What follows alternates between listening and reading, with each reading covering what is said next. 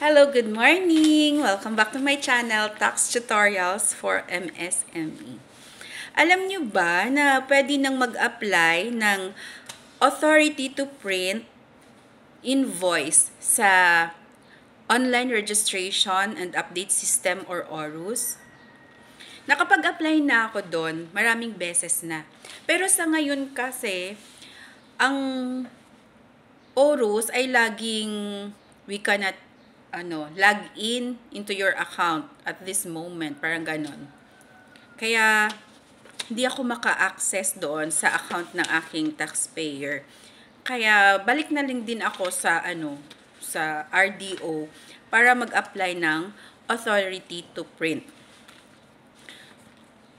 Paano ba mag-apply ng authority to print? So, pag nag-apply ka ng authority to print, kailangan ng BIR Form 1906. Pwede itong makuha sa website ng BIR, ang form. Maggawa ng 2 kopya. Yan.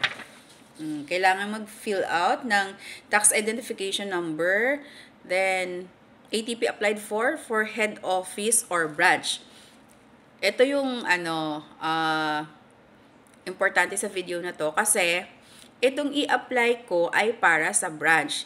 Ang main office ng taxpayer ay dito sa Taguig, RDO 044.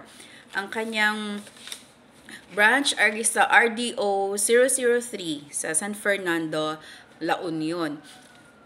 Hindi alam ng secretary ng taxpayer, nagpunta na pala sila sa RDO kasi nagpa-assist sila sa accredited printer na doon na sila mag-apply ng authority to print. So, binalik sa akin kasi sa head office dapat ina-apply ang authority to print.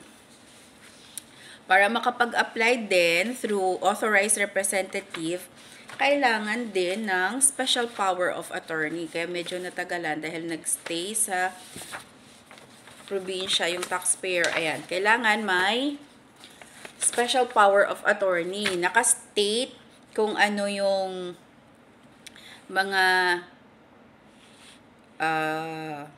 responsibilities, duties ng attorney in fact. So, ayan, may perma yung principal taxpayer, then yung authorized representative. I-authorize ka na mag-update ng information registration kung mayroong dapat i-update. Katulad nitong taxpayer ko, kailangan mag-update pa ng address. So, tinatry ko na i-update sa ORUS, hindi nga ako maka-access. So, kailangan kong dalhin sa RDO. And authorized din akong mag-register ng books of accounts. So, pwede naman na gawin sa ORUS ngayon. Then, apply for authority to print receipts and invoices, BIR Form 1906, with the Bureau of Internal Revenue. So, doon, hindi pwede na bibigyan ka lang ng basta authorization. Kailangan notarize siya na special power of attorney. Then, special power of attorney. Then, ID ng taxpayer with specimen signature. Then, ID din ng authorized representative with specimen signature. Na-mention ko na 1906, 2 copies.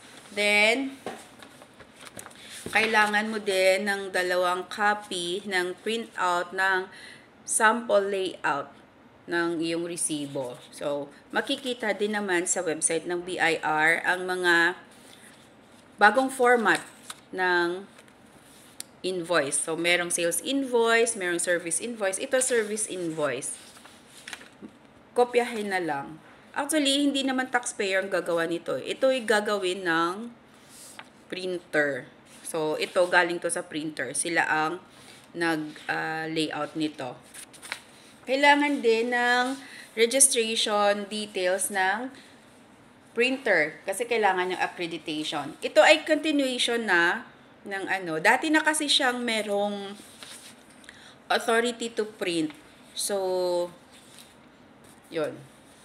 kailangan kong ipakita ang copy ng previous authority to print. Kung new taxpayer, newly registered taxpayer, yun lang, 1906 at sample layout.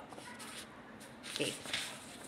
Kaya pupunta na ako sa RDO. Ganun lang kadali. Pagkakakuha ng authority to print, ibigay na sa printer para sila na ang, yun nga, mag-print at magpa-register sa BIR. Pagdating sa taxpayer, meron ng registered na booklets ng invoice, merong natatakan na authority to print, merong sworn declaration, at saka printer certificate of delivery. Ayan o, printer certificate of delivery of invoice, then merong sworn statement.